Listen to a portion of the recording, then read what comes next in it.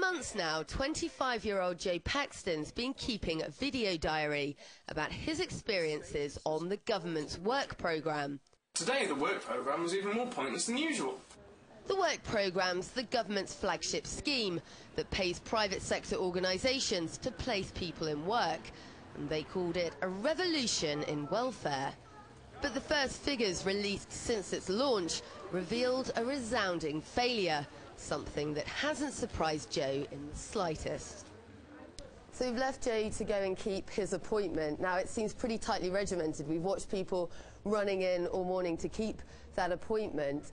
Joe's been coming to this job centre once a fortnight for the past 6 months that he's been on the government's work programme.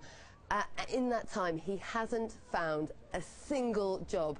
Now, unfortunately, that's not uncommon. The latest figures released by the Department of Work and Pensions show that Joe is just one of hundreds of thousands of people that have signed up to that work programme scheme who found absolutely nothing. In fact, between June 2011 and July this year, of all the people who were signed up to the work programme, only 3.4% were found work, far below the target of 5.5%, which is the number of people who find work without any sort of programme. It means that people like Joe are now statistically less likely to find a job than if they're on no work programme whatsoever. Can you talk us through your sort of, the last 6 months? What has the experience been on a daily basis with this work programme? Well, Einstein once said that the definition of insanity is to do one thing and then to repeat that action and expect a different result. And after doing the same thing and getting the same results for 6 months, I'm starting to feel pretty insane at the end. It is maddening. The frustration, the anguish, despair most of the time. For Joe, and the experience is having serious effects.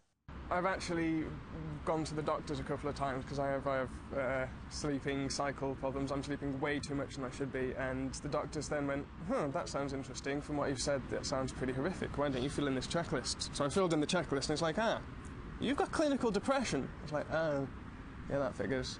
So there's an answer. At the start, I was like, yeah, go on, science, I'm going to be, the next greatest thing and show the world and way. And now it's like, I don't want to take these pills. I'd rather do something more constructive, sort of thing. So, yeah, that's pretty much where it's gone.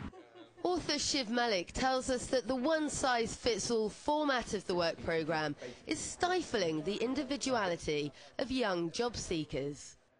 The people I speak to, they're quite intelligent, they're quite bright. Some of them have degrees, some of them don't. Some of them are quite well skilled. And they hate being told what to do. And they like to take appropriate actions for themselves. And they're usually quite good at finding work for themselves. It's just that it is difficult. With the work programme, what we've seen now is that, in fact, when you get the best of the private sector involved, when you pay them lots of money, they actually do worse than doing nothing at all. We asked the government why the work programme was producing such poor results and why the figures they released seemed designed to mask the true extent of the failure. They responded saying, "It's ridiculous to suggest the work programme is not helping people into work." Despite being faced with their own shortcomings, it seems the government still doesn't want to listen to what people like Joe are telling them loud and clear. "I regret to inform you that on this occasion you have been unsuccessful." Sarah Firth, RT, London.